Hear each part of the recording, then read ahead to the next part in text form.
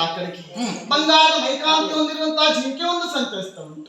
ಅದನ್ನು ಸೂಕ್ಷ್ಮವಾಗಿ ಲಕ್ಷಿಸಿದೆ.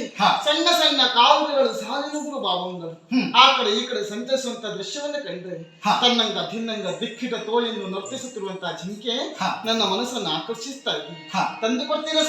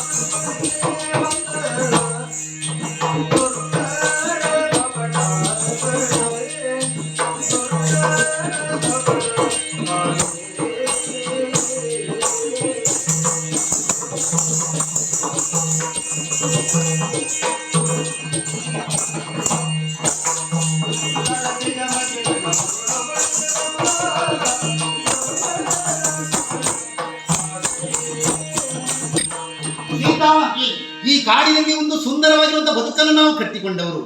ಗಂಡ ಹೆಂಡತಿರಾಗಿರುವಂತಹ ನಾವುಗಳ ಸಂತೋಷದಲ್ಲಿರುವಾಗ ನಮ್ಮ ಕಣ್ಣ ಮುಂಭಾಗದಲ್ಲಿ ಬಂದಿರುವಂತಹ ಜಿಂಕೆ ಒಂದನ್ನು ಕಂಡಂತ ನೀನು ಒಂದು ರೀತಿ ಭ್ರಮೆಗೆ ಒಳಗಾಗುವುದರ ಮೂಲಕವಾಗಿ ಅದನ್ನು ತಂದುಕೊಡಿ ಎಂಬುದಾಗಿ ಹಠ ಮಾಡೋಕೆ ಮುಂದಾದೆ.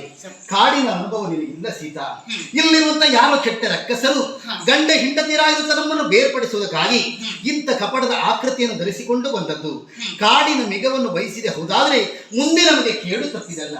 ಸಾಧಾರಣವಾದಂತಹ ಕಾಡಿನ ಮೆಗವುದು ಅದನ್ನ ಬಯಸಿದ್ರ ಪರಿಣಾಮ ಬದುಕಿನಲ್ಲಿ ಕೇಳೇ ಬಂತು ಅಂತಾದ್ರೂ ಕೂಡ ಅನುಭವಿಸ್ತೇನೆ ಅಂತ ವಿಶ್ವಾಸ ನನಗುಂಟು.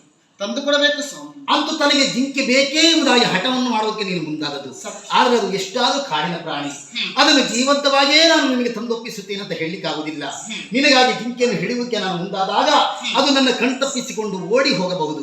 ಆ ಸಂದರ್ಭದಲ್ಲಿ ನಾನು ಬಾಣವನ್ನು ಪ್ರಯೋಗ ಮಾಡಲೇಬೇಕು. ನನ್ನ ಬಾಣೆಗೆ ಅದು ಅಳಿದು ಹೋದರೆ ಸತ್ತಂತ ಹರಿಣವನ್ನು ತೆಗೆದುಕೊಂಡು ಬಂದು ಏನು ಮಾಡಬಹುದು?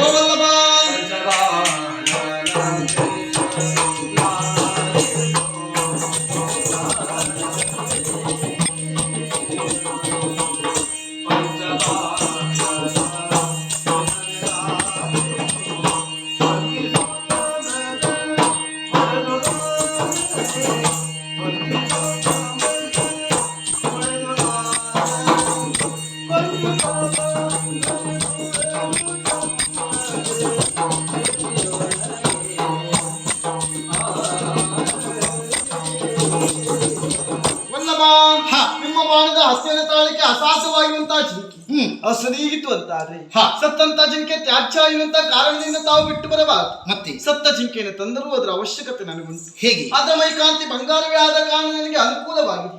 ಅದರ ಚರ್ಮವನ್ನು ಸುಲಿದು ಪಂಚಕವನ್ನಾಗಿ ರಚಿಸಿ ನಾನು ಧರಿಸಿಕೊಡ್ತೇನೆ. ತಂದು ಕೊಡ್ತೀರಾ ಸ್ವಾಮಿ? ಆಲೋಚನೆ ಮಾಡಬೇಡ. ಆದಷ್ಟು ಬೇಗ ಜಿಂಕೆಯನ್ನು ತರೋದಕ್ಕೆ ಹೋಗುತ್ತೇನೆ. ಹೋಗುವಾಗ ನೀನು ಒಬ್ಬಳನೇ ಬಿಟ್ಟು ಹೋಗುದಿಲ್ಲ. ಮತ್ತೆ ನಿನ್ನ ರಕ್ಷಣೆಗೆ ನನ್ನ ತಮ್ಮನಾಗಿರುವಂತಹ ಲಕ್ಷ್ಮಣ ನೇಮಿಸಿ ಆದಷ್ಟು ಬೇಗ ಬರ್ತಾನೆ.